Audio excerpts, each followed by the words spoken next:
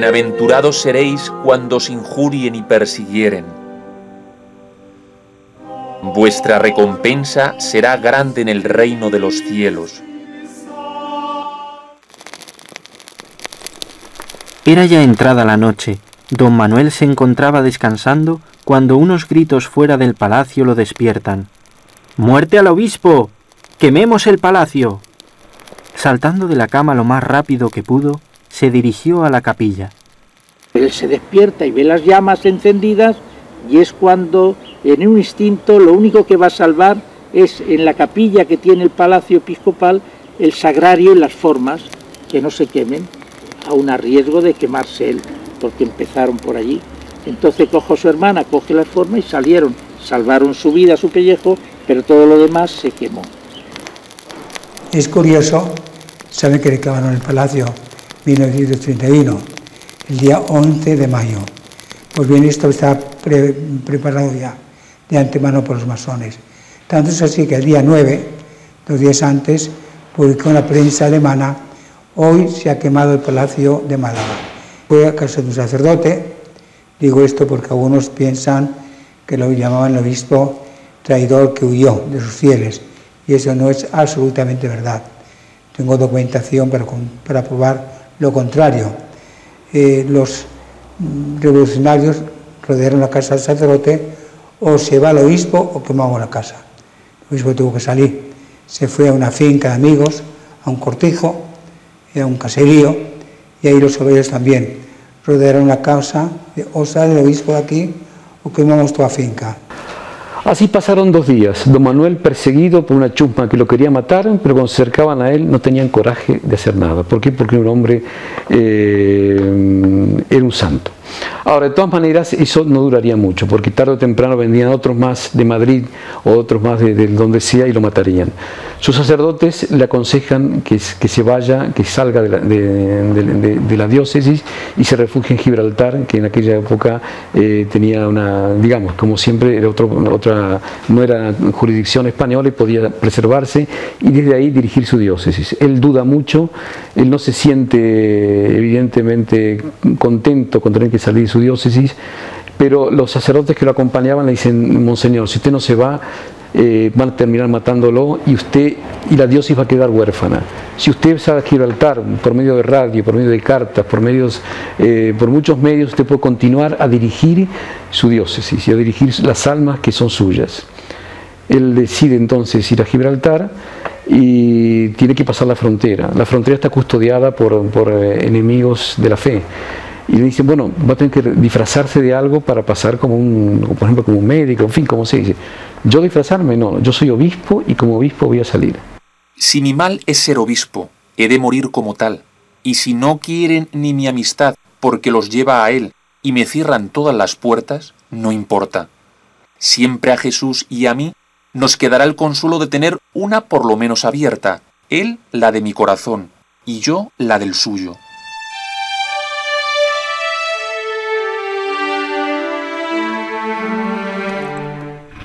Llega a la frontera con Gibraltar en el puesto fronterizo español y la Guardia Republicana le da el alto al coche.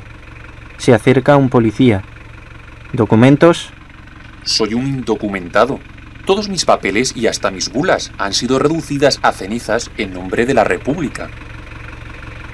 Continúa el policía, lápiz en mano. ¿Profesión?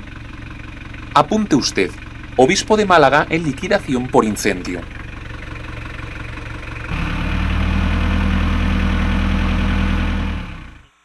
A las 12 de la noche del 13 de mayo, día de Nuestra Señora de Fátima, llegaba don Manuel a Gibraltar, donde le esperaba Monseñor Richard Fitzgerald, quien lo recibió con un fuerte abrazo. Había venido don Manuel en todo el trayecto muy serio y con mucho recogimiento, y en casi todo el viaje no paró de rezar.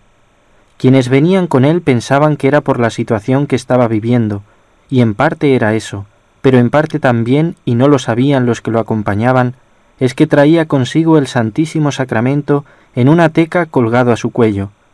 Al entrar a la habitación que le habían dado, sacó a su compañero de viaje, lo depositó en una mesa y pasó gran tiempo rezando.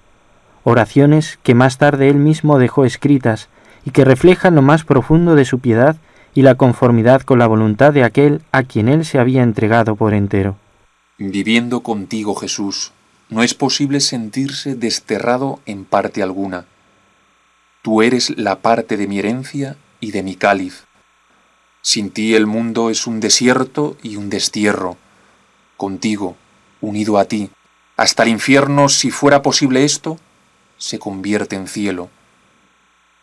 Padre nuestro que estás en los cielos, por el corazón de tu Hijo sacramentado, te pido perdón por nuestro ayer, te consagro mi hoy y te confío el mañana. Corazón de mi Jesús sacramentado, que yo sufra contigo y por ti lo que tú quieras. Durante todo el tiempo que estuvo en Gibraltar, al final de sus oraciones rezaba la siguiente ejaculatoria. Corazón eucarístico de Jesús, consuelo de nuestro destierro, da la paz a la Iglesia.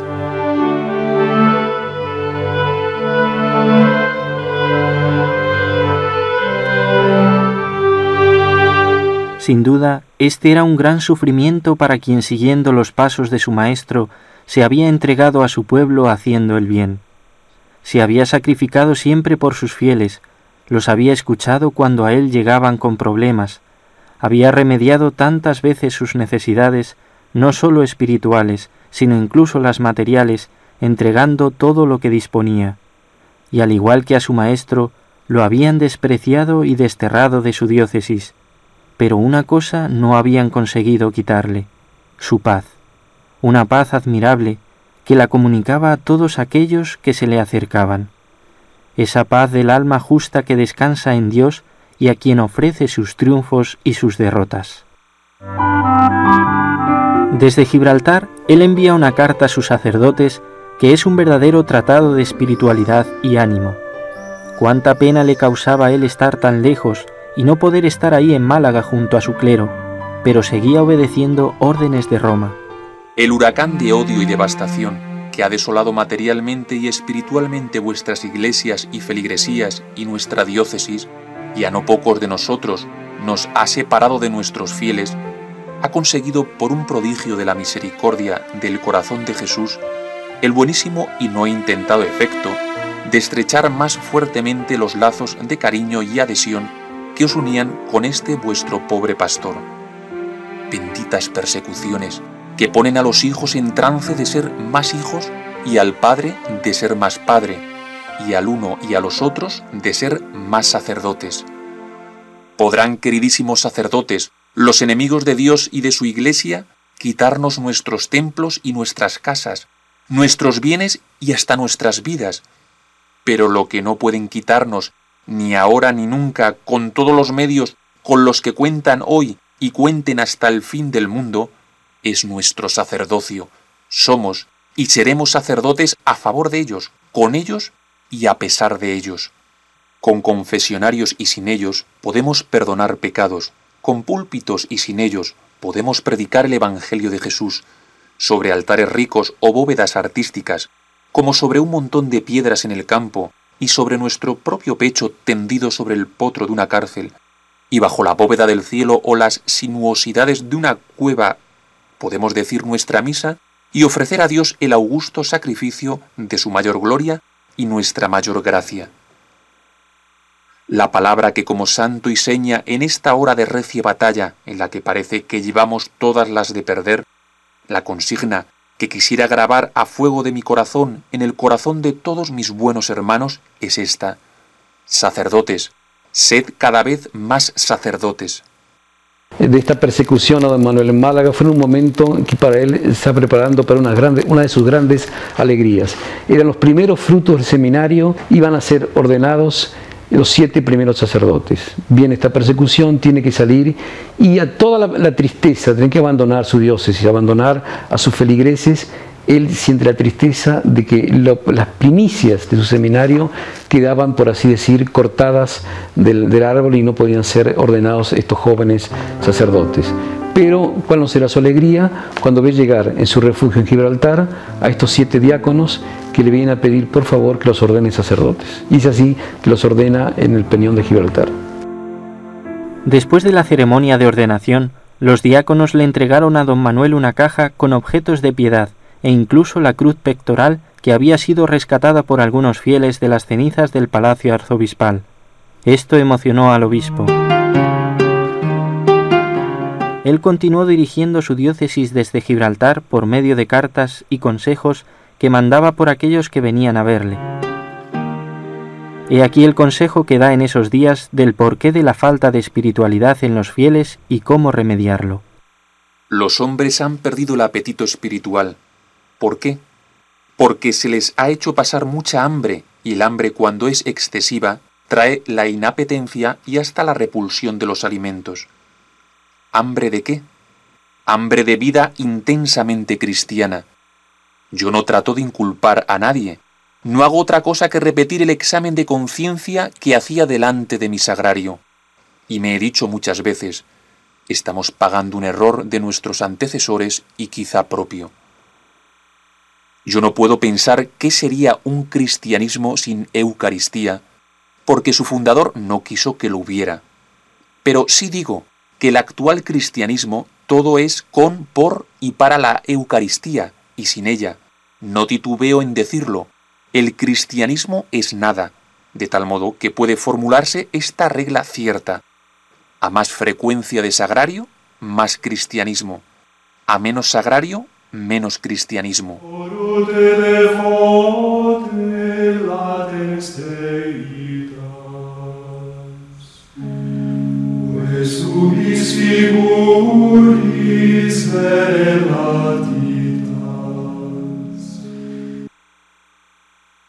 Don Manuel era un alma eucarística, era un alma que vivía y sentía un gran amor por nuestro Señor Jesucristo, realmente presente en el Santísimo Sacramento del altar, realmente presente en cuerpo, sangre, alma y divinidad.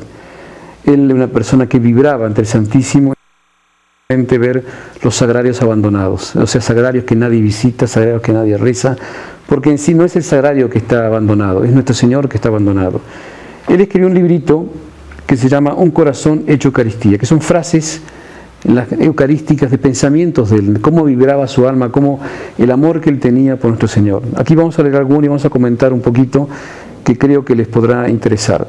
En la Eucaristía no solo está el Dios de nuestras adoraciones y el pan de nuestro espiritual alimento, sino el corazón, inagotablemente tierno, incansablemente misericordioso, que a cada quejido de nuestros labios y a cada lágrima de nuestros ojos responde, estad ciertos, con un latido de infinita compasión. Esta frase muestra mucho cómo él comprendió lo que significa tener a Dios con nosotros en el Santísimo Sacramento del altar.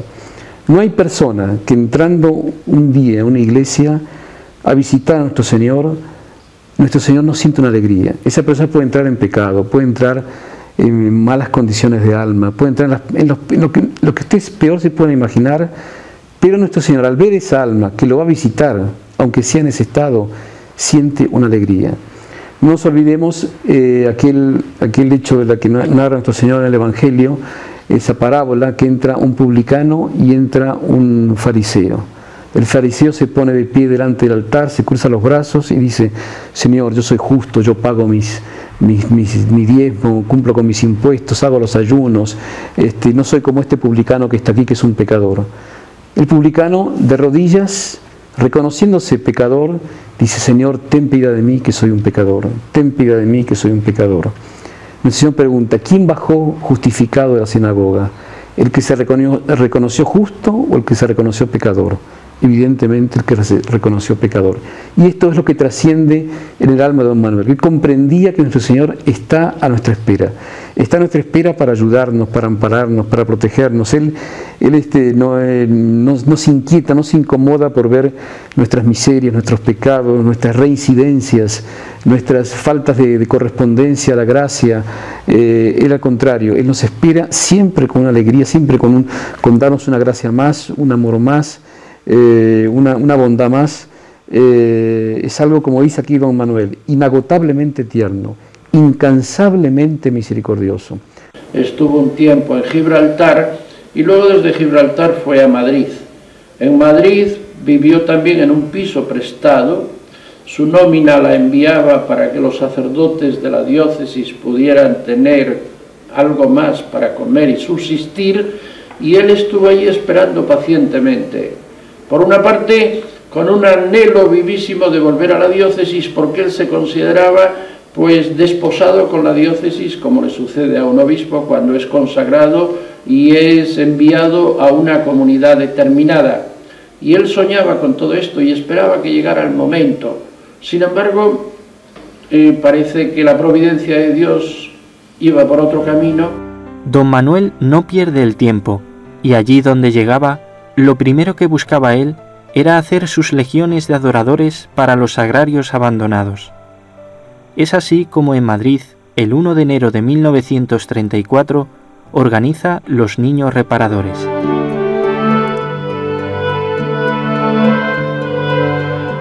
Para reparar el mal de los sagrarios sin niños y de los niños sin sagrario, agravado por los tiempos que hemos padecido de escuelas laicas y guerras a las almas de los pequeñuelos, propuse la formación de grupos de niños y niñas reparadores.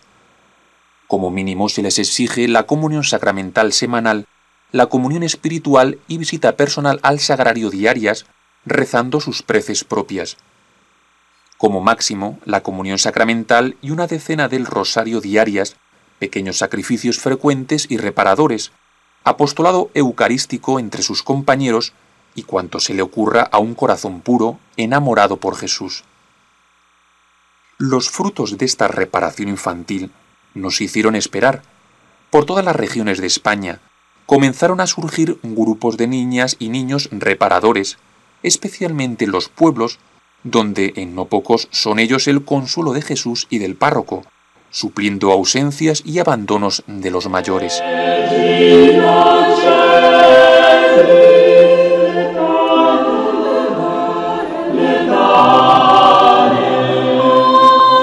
Fue tanto el sufrimiento de don Manuel con la salida de Málaga que realmente debe haber sido las mayores cruces de su vida. El nuncio apostólico, por consejo de Roma, y comprendiendo lo que había sufrido don Manuel, decide, una vez calmadas las cosas en Málaga, que él no volviese a Málaga, sino que fuese a la diócesis castellana de Palencia.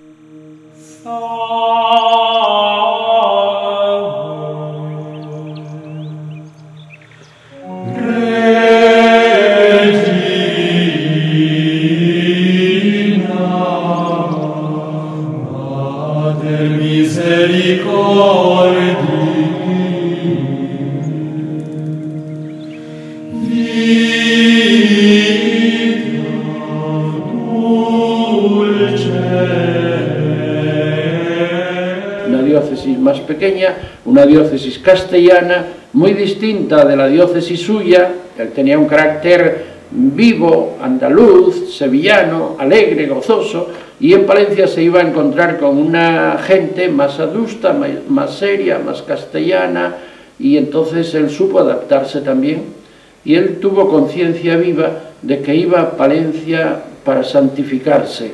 Aquel sería el momento que el Señor le ofrecía para llegar a ser santo y santo obispo. El 12 de octubre llega don Manuel a Palencia.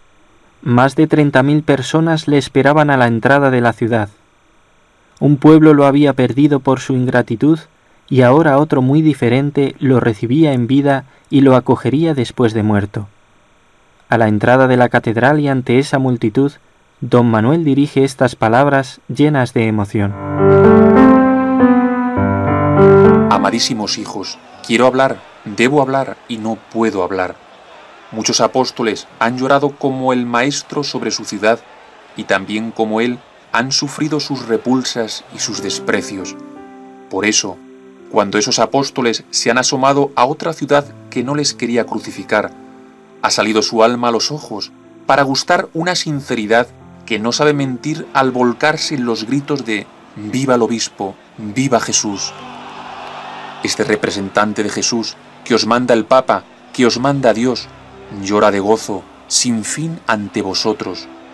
Que Dios os pague largamente el haber traído este llanto a mis ojos, que les hacía mucha falta llorar de consuelo.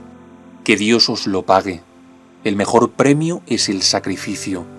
Este Padre que os ha dado Dios no os amará de otra manera que sacrificándose por vosotros.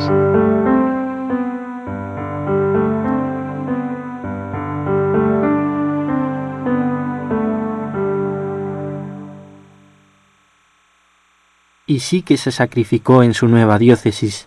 Quitándole tiempo al sueño, pasaba muchas horas de oración, y no era raro que se le encontrara en su despacho rezando el rosario o leyendo libros piadosos. Padre nuestro que estás en los cielos, santificado. Todas las noches antes de irse a dormir, iba ante una pequeña imagen del Sagrado Corazón de Jesús, le ponía su cruz pectoral y se quedaba ante él diciendo cosas como esta que quedaron por su pluma escritas. Pregunto de nuevo al Evangelio, el gran descubridor de los secretos del sagrario, y me responde que esa es otra de las constantes ocupaciones del corazón de Jesús en él. Escuchar siempre. Yo invito a los hombres, a quienes aún les queda un poquito de corazón para sentir y agradecer, a que se fijen en lo que significa esa ocupación del corazón de Jesús que me ha descubierto el Evangelio. Primeramente fijaos en que no digo oír, sino escuchar, que es oír con interés, con atención, con gusto. Y después, en que añado esta palabra, siempre. Mirad tres cosas que no las hace nadie en el mundo: escuchar siempre, escuchar a todos y escuchar todo. Ni el curioso fisgón, por más interés que tenga en enterarse de todo, ni el amante más firme, por más deleite que tenga en oír hablar a quien o de lo que ama, pueden llegar a poseer toda la fuerza de cabeza, de corazón y hasta de sensibilidad que se necesita para escuchar siempre a todos y todo. Y sin embargo nuestra sensibilidad, nuestro corazón y nuestra cabeza reclaman, piden con exigencia siempre un oído benévolo. Decidme que hay un hombre de saber que no encuentra oídos que recojan sus enseñanzas, que hay otro de corazón ardiente que no haya quien quiera recoger sus cuitas, y que hay otro que sufre enfermedades y quebrantos sin poder depositar el ay de su lamento en un oído compasivo. Y yo os diré que ese sabio y ese enamorado y ese dolorido no escuchados son los hombres más desgraciados de la tierra. Don Manuel permanecerá en Palencia sus últimos años cumpliendo aquello que les dijo el día de su llegada, dándose por entero a sus feligreses. El 17 de septiembre del año 1939 le aqueja una enfermedad y él se da cuenta que la muerte está cerca. Hace un viaje a Zaragoza a despedirse de la Virgen del Pilar. Celebra misa en el mismo altar donde se encuentra el pilar traído por los ángeles y la pequeña imagen de Nuestra Señora que tanta devoción le había tenido. Pasa unos días rezando con mucho recogimiento y vuelve a Madrid. Se agrava su enfermedad y lo llevan al sanatorio del Rosario. Y ahí, el día 4 de enero de 1940, a los 62 años, entrega su alma a Dios. Él había manifestado en vida que su voluntad era ser enterrado a los pies de un sagrario, y así fue. Después de su muerte fue trasladado su cuerpo a la Catedral de Palencia, y ahí permanecen sus restos con la lápida que reza aquello que él había dejado escrito. Pido ser enterrado junto a un sagrario, para que mis huesos después de muerto, como mi lengua y mi pluma en vida, estén siempre diciendo a los que pasen: ahí está Jesús, ahí está, no dejadlo abandonado. Madre Inmaculada, San Juan, Santas Marías, llevad mi alma a la compañía eterna del corazón de Jesús en el cielo.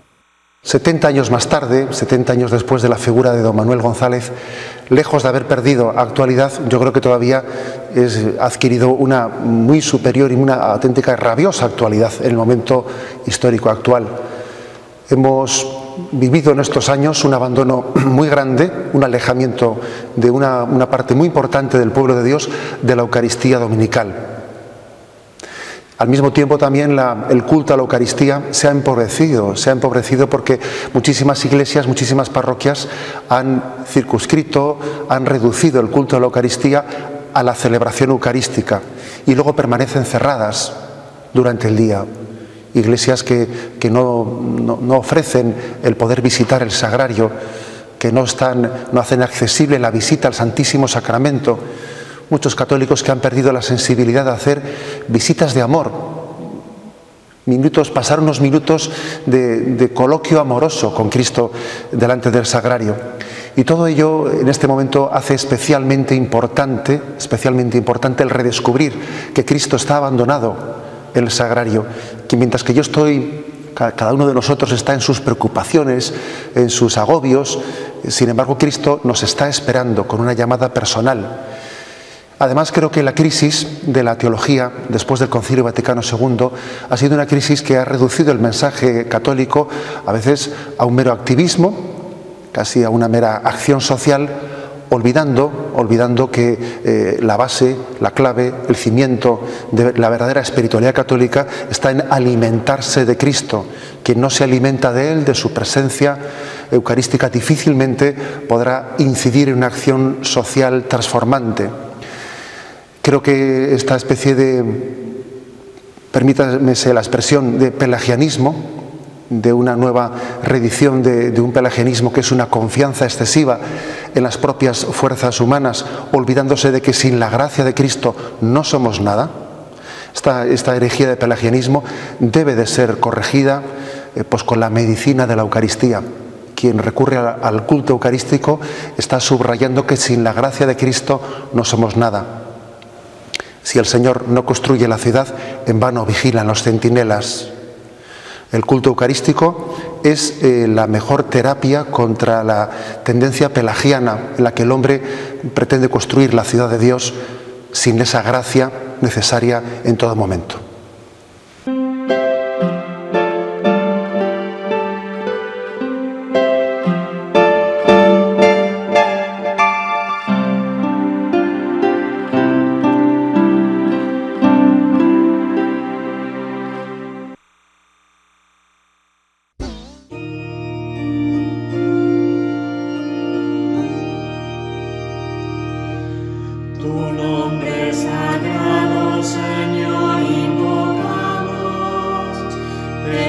Santo